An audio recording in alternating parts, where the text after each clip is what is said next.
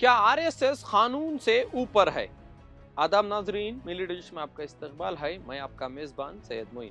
सोचिए, अगर आज आप एक छोटा सा ट्रस्ट, एनजीओ या स्कूल या फिर सोसाइटी बनाना चाहिए तो सबसे पहले क्या करना पड़ेगा? रजिस्ट्रेशन, कानूनी डॉक्यूमेंट्स, हिसाब किताब और हुकूमत के कवायद की पाबंदी।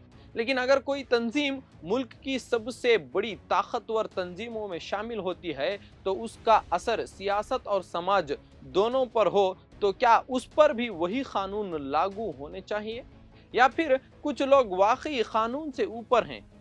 इसी एक सवाल ने कर्नाटका की सियासत में नया तूफान खड़ा कर दिया है। कर्नाटका के होम मिनिस्टर प्रियांक खरगे ने एक ऐसा सवाल उठाया जिसने सियासी बहस को और तेज कर दिया।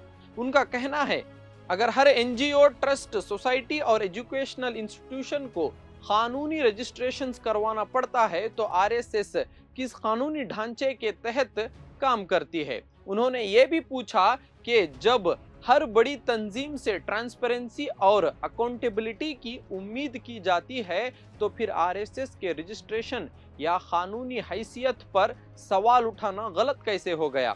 खरगे का यह भी मानना है कि जमहूरी निज़ाम में हर इदारे को कानून के दायरे में होना चाहिए। ये उनका सियासी और कानूनी नजरिया है जिससे मुख्तलिफ लोग सहमत या मुख्तलिफ हो सकते हैं। अब सवाल सिर्फ आरएसएस का नहीं है, असल सवाल है, क्या हिंदुस्तान में रूल ऑफ लॉ सबके लिए बराबर है?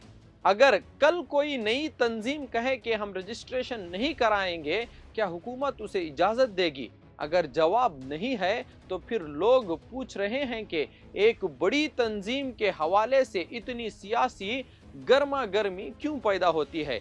दूसरी तरफ आरएसएस और उसके हिमायती इस तरफ से इल्जामात और सियासी तनकीद को बेबुनियाद और सियासी मकसद से जुड़ा हुआ करार देते हैं। इसीलिए ये मामला सिर्फ सियासत का नहीं बल्कि जमहूरी उसूलों और कानूनी निज़ाम की बहस बन चुका है। जमहूरियत की खूबसूरती ही यही है कि सवाल भी पूछे जा सकते हैं और जवाब भी दलील के साथ दिए जा सकते हैं। आज का सबसे बड़ा सवाल ये नहीं कि आप किस पार्टी को सपोर्ट करते हैं, सवाल ये है, क्या कॉन्स्टिट्यूशन सबसे बड़ा है? क्या हर तंजीम को एक ही कानून के दायरे में आना चाहिए? और जब कोई वजीर या अवाम का फर्ज ऐसा सवाल उठाता है तो उसका जवाब दलील से दिया जाना चाहिए या सिर्फ सियासी नाराजगी से? ये वीडियो किसी तंजीम या शख्स के खिलाफ नहीं बल्कि एक जमहूरी बहस का हिस्सा है। आपकी नज़र में कानून सब के लिए बराबर होना चाहिए या नहीं? अपनी राय कमेंट सेक्शन में ज़रूर दें, क्योंकि जमहूरियत में सबसे बड़ी ताकत सिर्फ हुकूमत की नहीं होती, सबसे बड़ी ताकत होती है सवाल पूछने और हक और कानून की बराबरी की। जुड़े रहिए मिली डिश के साथ, बोल हमारे, आवाज़ आपकी।